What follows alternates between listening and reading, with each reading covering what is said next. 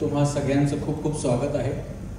आपण सातत्याने भेटत असतो, पण माझी हक्काची माणसं समोर बघून खरंच खूप बरं वाटतं आणि खूप कौतुक झालं आहे माझं. Thank you so much. मी इतकंच सांगेन की संजय सरांबरोबर जवळजवळ गेले आता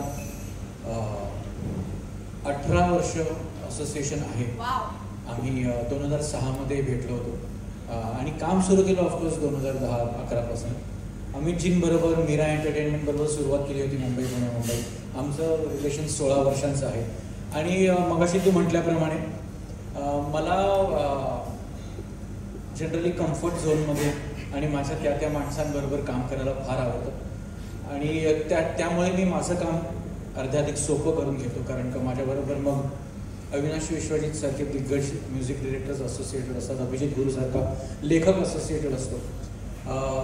त्या ठिकाणी असा निर्माता मिळणं, असे निर्माते मिळणं हे प्रत्येक दिग्दर्शकाचं एक स्वप्न असतं, जो तुमच्या सिनेमासोबत शेवटपर्यंत उभा असतो आणि जो तुमच्या सिनेमावर तितकंच प्रेम करतो जेवढा लेखक आणि दिग्दर्शक करत असतो, जेवढे कलाकार करत असतात. त्यामुळे असे निर्माते मिळणं हे खरंच भाग्याचं आहे.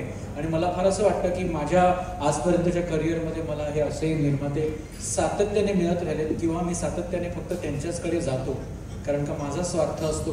कारण माझी खात्री असते एकदा ते एका सिनेमाला हो बोलल्यानंतर त्यांचं पॅशनसुद्धा दिग्दर्शका इतकंच असतं. त्यामुळे माझ्या इतकेच माझे निर्माते फार महत्त्वाचे आहेत. एक मराठी सिनेमाच्या ताकदीने हे रसिक प्रेक्षकांपर्यंत पोहोचवतात. त्याच्यासाठी खरंच त्या निर्मात्यांचं अभिनंदन, कारण का असे निर्माते आपल्या इंडस्ट्रीला असणं फार गरजेचं आहे. डेफिनेटली मला वाटतं ते पाठबळ देऊन जातात आपला जेव्हा असे प्रोड्युसर्स आपल्यासोबत असतात. पण गेल्या फिल्ममध्ये लव्ह बियॉन्ड रिलेशनशिपचा एक टेक अवे, एक मेसेज तुम्ही दिला होता. ह्यावेळेस काय आम्हाला कुठला मेसेज देणार आहात? सो ॲक्च्युली लव्ह स्टोरी सातत्याने करत राहणं हा एक कॉन्शियस डिसिजन आहे. कारण मला फार असं वाटतं love stories are for ever.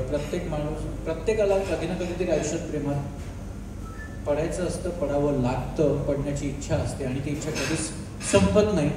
आणि माणसाने सतत प्रेमात असावं कोणत्या ना कोणत्या तरी गोष्टीच्या, व्यक्तीच्या किंवा कोणत्या तरी एका भावनेच्या. त्यामुळे ही एक अशी भावना आहे प्रेम. Love never goes out of style. ते आज, उद्या आणि कधीही तसंच असणार आहे. त्याचे कदाचित त्या कथेत शिरण्याचे दरवाजे वेगवेगळे असतात आणि मी, माझे लेखक, माझे संगीत दिग्दर्शक, माझे निर्माते, आम्ही ते वेगवेगळे दरवाजे शोधत असतो.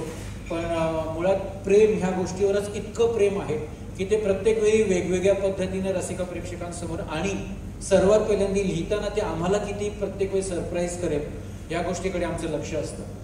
आणि प्रत्येक वेळी प्रेमाची गोष्ट किंवा प्रेमाचा सिनेमा घेऊन येत असताना त्याला एक काहीतरी वेगळेपणा असेल ह्याच्याकडे आमचं सातत्याने लक्ष असतं. प्रयत्नपूर्वक तो एक हट्ट असतो आणि त्यासाठी प्रामाणिक प्रयत्न असतात. पण मग हे प्रयत्न तर नेहमी आम्हाला दिसतातच सिनेमाच्या थ्रू, पण हे प्रेम खऱ्या आयुष्यात जे तुम्ही टिकवताय, पल्लवी मॅमबद्दल मी विचारते, त्या पण कायम तुमच्यासोबत असतात. मला वाटतं ह्या फिल्ममध्ये पण त्यांनी तुम्हाला हातभार लावला आहे. So I want to know about your love story. तुम्ही कसं तुमचं प्रेम टिकवता? What are the things that you feel की त्या गोष्टी करायला हव्यात ज्याने आपलं प्रेम जे आहे ते कायम राहू शकतं?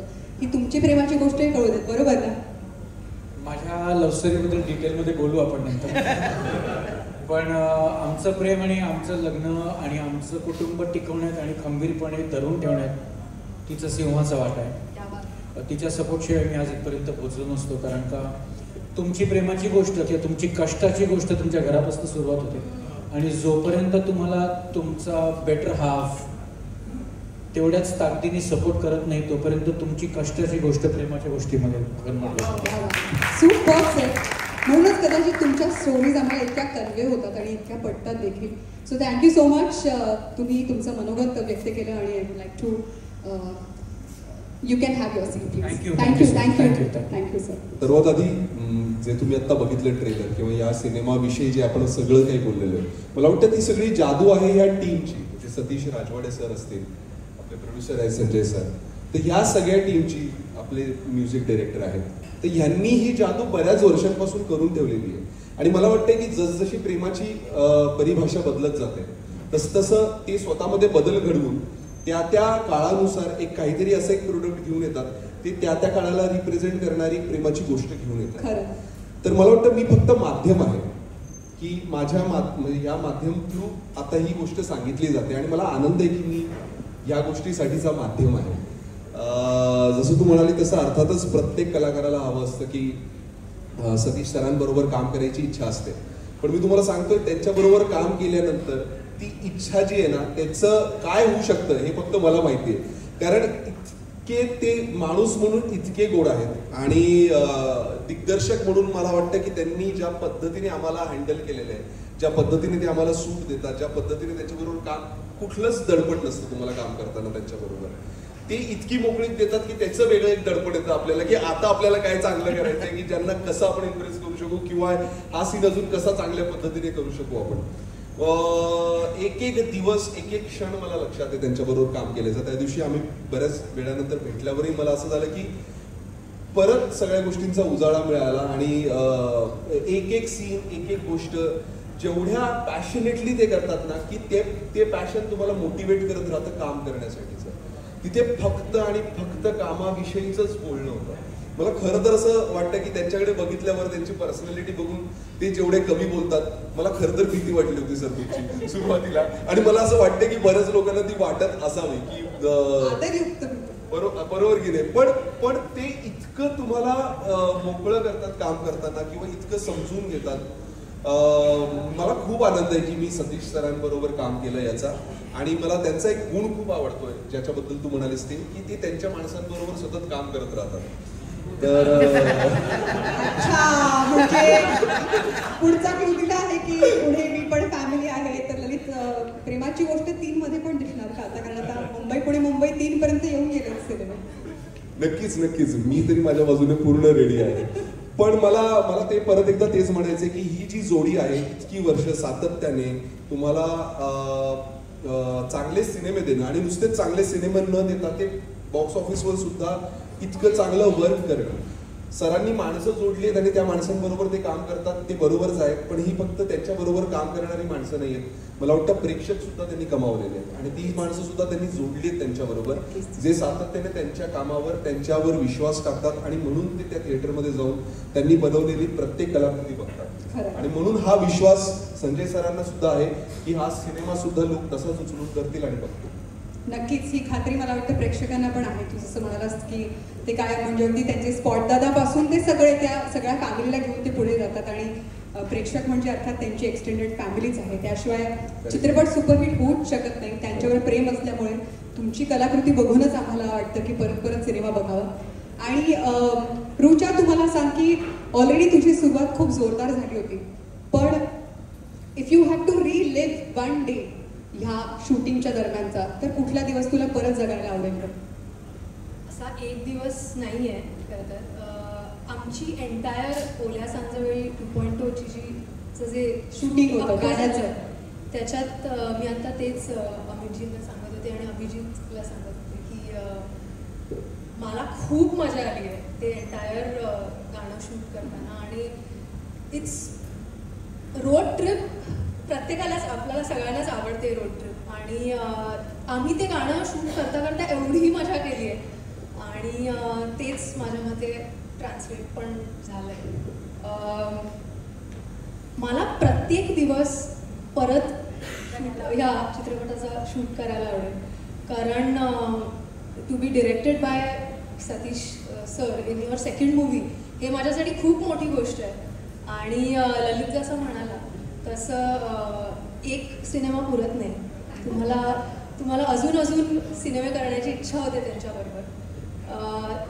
तसंच मी म्हणेन की संजयजी आणि अमितजी म्हणजे जे प्रोड्युसर्स आहेत ते इतके, they are such wonderful people की त्यांनी आमचं सगळ्यांचंच काम खूप सोपं केलं. सेटवरचं वातावरण इतकं अमेझिंग होतं, आम्ही खूप फ्रीली काम करू शकलो, आम्हाला कुठल्याही गोष्टीची कमी नव्हती, आम्ही कम्प्लिटली कामावर आमच्या फोकस करू शकलो. सतीश सर जेव्हा तुम्हाला डिरेक्ट करतात तेव्हा ते प्रत्येक सीनच्या पाठची जी बॅक स्टोरी आहे की एखादं पात्र एखादी गोष्ट का करत असेल त्याचं लॉजिक ते समजवतात, त्यामुळे काम करणं खूप सोपं जातं. त्यामुळे थँक्यू सतीश सर. अजून मला जे सांगायचं आहे ते म्हणजे ललित सारखा कोस्टार मिळणं इन युअर सेकंड मूवी ह्याच्यासाठी पण खूप भाग्य लागतं. तो खूपच कमाल आहे. थँक्यू ललित. काही प्रँक नाही केली त्याने तुझ्यासोबत? आम्ही एकत्र मजा भरपूर केली आहे आणि तो पण नाही आम्ही एकत्र आपापसात भरपूर टाइमपास केला. तो तुम्हाला खूप सांभाळून घेतो ऑन सेट आणि त्याचा सीन जरी नसला त्याच्यावर कॅमेरा जरी नसला तरी तो तेवढ्याच सिन्सिअरिटीने तुम्हाला क्यूज देत असतो. त्यामुळे थँक्यू सो मच. मला खूप मजा आली तुझ्याबरोबर काम करायला. रिधिमाबरोबर पण माझे एवढे सीन्स नाही आहेत. आय विश अजून असते पण ती खूपच अमेझिंग आहे ॲज अ पर्सन आणि आय विश आपण परत एकत्र काम करू. अविनाश सर आणि विश्वजित सर त्याने इतकं सुंदर म्युझिक केलं आहे ह्याचं. I feel extremely lucky to be a part of this film.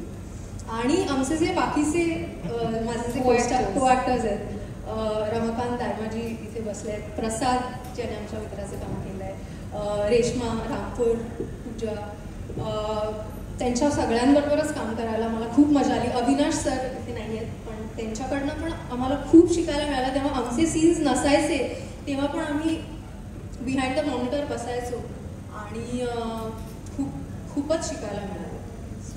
So I feel very blessed and magical.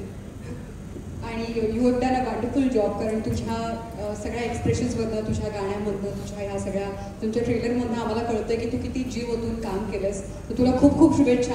आणि ललितसोबत म्हणालीस की खूप मजा आली. ती सेटवरच येऊ शकते कारण अदरवाईज तो व्हॉट्सअप यूज करत नाही. त्यामुळे त्याच्यापर्यंत पोहोचणं फार अवघड असतं खूपच. आणि त्यामुळे तू प्रत्यक्षात त्याच्याशी संवाद साधू शकलीस. ती मजा तुला घेता आली. आणि ऑफकोर्स रिधिमा अर्थात मराठी सिनेमातला डेब्यू आणि त्यात पण लीड रोल हिरोईन सतीश राजवाडे यांचा सिनेमा. तो सबसे पहिले जेव्हा आपको कॉल आया था, जेव्हा तुला पहिल्यांदा कॉल आला की तू सिलेक्ट झालीस या फिल्मसाठी, व्हॉट वॉज द फिलिंग आणि पहिला दिवस कसा होता शूटिंगचा? Hello everyone. Firstly, thank you for joining us all. And actually, I'm very emotional today. आणि माझ्यासाठी सतीश सर, एव्हरेस्ट फिल्म्स आणि पूर्ण कास्टिंग क्रू बरोबर काम करायची जी संधी मिळाली माझ्यासाठी खूपच मोठी संधी आहे. And I am forever thankful and grateful. Rucha बोलत होती की तिची दुसरी फिल्म सतीश सराम, माझी पहिली फिल्म सतीश सरांबरोबर. So big thank you for that opportunity. And thank you Rohan for always thinking of me तुझ्या प्रोजेक्टसाठी. And big thank you to both of you for giving us such amazing music, great co-actors, all of us. रुचामध्ये मला एक नवीन friend मिळाली आहे आणि ललितची मी खूप advice घेत राहते नेहमी. सो एक सेईंग सारखं आहे की some days you realize you are living in unanswered prayer. आजचा जो दिवस आहे माझ्यासाठी एक आन्सर्ड प्रेयर आहे. And I am little short of words पण ही फिलिंग मला I am just very thankful. अर्थात आपलं टीजर, आपलं ट्रेलर आल्यानंतर आपल्याला एक्साइटमेंट असते to know from our friends, from our family की कोणाला कसं वाटतंय, कोणाचं कॉम्प्लिमेंट तुला लक्षात राहिलं? हे मी सगळ्यांना बोलत राहिले की मराठी सिनेमात काम करायचं माझं स्वप्न तर होतंच पण माझ्यापेक्षा एक मोठं स्वप्न माझ्या आजीसाठी. आणि बिकॉज ऑफ दिस ऑपॉर्च्युनिटी तो स्वप्न तिच्यासाठी साकार होत चाललंय. So I am really looking for my Aziz reaction. तर आजीला आज मी घरी जाऊन ट्रेलर दाखवणार आहे आणि that's the reaction that matters the most. Super. प्रेमाची माणसं जोडली आहेत तुम्ही तुमच्या आयुष्यात आणि म्हणूनच हा सिनेमा देखील तितक्याच प्रेमाने चालणार देखील आहे. आणि आता ह्या सिनेमाचे डायलॉग्स ज्यांच्यामुळे हा सिनेमा मला वाटतं की लोकांपर्यंत पोहोचतो आणि आपलासा वाटतो असे द डायलॉग रायटर अर्थात अभिजित गुरु यांचं पण आपण जोरदार टाळ्यांनी स्वागत करू. एक अतिशय उत्कृष्ट ऍक्टर, तेवढ्याच कमालीचा तो ऍक्टर आहे आणि तेवढाच उत्कृष्ट रायटर पण आहे. तर अभिजित काय सांगशील या सिनेमाबद्दल तू? सगळ्यांनी सांगितलेलंच आहे. पण रायटरचं ब्रीफ वेगळं असतं ना. हो, मोठी जबाबदारी असते. माझं ब्रीफ पण तेच आहे जे सगळेजण सांगतात आहे, सतीश राजवाडे. त्यांनीच सगळं ब्रीफ दिलं आणि माझ्याकडनं हा सिनेमा लिहून घेतला. आणि thank you Satish sir, thank you sir. म्हणजे मला ही फिल्म दिल्याबद्दल. आम्ही एक ॲक्च्युली प्रोजेक्ट करत होतो वेगळं आणि समहाऊ ते होऊ नाही शकलं. आणि मग त्याच्यानंतर अचानक मला एक दिवस सतीश सरांनी सांगितलं की एक फिल्म आहे आणि ती तुला लिहायची आहे, तुला आवडेल का? आणि आम्ही ॲक्च्युली थ्रिलरवर काम करत होतो, कट टू एक लव्ह स्टोरी. तर मला तसं झालं की अरे म्हणजे मला जमेल ना? ते म्हणाले तुला आवडेल ना? म्हटलं हो. आणि डायरेक्ट मला त्यांनी छाबरे सरांकडे पाठवलं. जेव्हा मी त्यांच्याकडे गेलो, त्यांच्याशी भेटलो, त्यांनी मला कॉन्सेप्ट सांगितली आणि मला वाटलं की खूप मस्त आहे की आपण याच्यावर लिहू शकतो डेफिनेटली. आणि जे काही झालं म्हणजे मी खरं सांगतो, मी थोडी फिल्म म्हणजे बघितली आहे, त्यामुळे अप्रतिम सगळ्यांनी काम केलेलं आहे. सरांचं काम अप्रतिम आहे आणि तुम्ही सगळ्यांनी थिएटरला जाऊन बघा, प्लीज थिएटरला जाऊन बघा. खूप छान फिल्म झाली आहे. आणि बाकी मला काही नाही बोलायचं आहे, बाकी सगळं लिहून दिलंय त्यामुळे तुला फार बोलायचं नाही. पण अभिजित, मला असं वाटतं ही त्यांची USP आहे की ते लक्षात ठेवतात की कोणामध्ये काय गुण आहेत, कोणाला आपण काय शब्द दिलाय आणि त्या पद्धतीने त्या माणसाला ते बोलवून घेतात. आणि इतकंच नाही, मला वाटतं तू जसं म्हणालास की थ्रिलर तोही एक जॉनरा आहे ज्यामध्ये ते आपला माणूस असेल किंवा इतर सिरियल्स पण असतील असंभवपासून. त्यामुळे आता एक तुझ्याकडनं पण आम्हाला लव्ह स्टोरी बघायला मिळणार आहे. सो तुला पण खूप खूप शुभेच्छा यासाठी. आणि मी आता इतर सगळेच जे आपल्यासोबत ह्या सिनेमातले कलाकार आहेत त्यांना स्टेजवर येण्याची विनंती करते.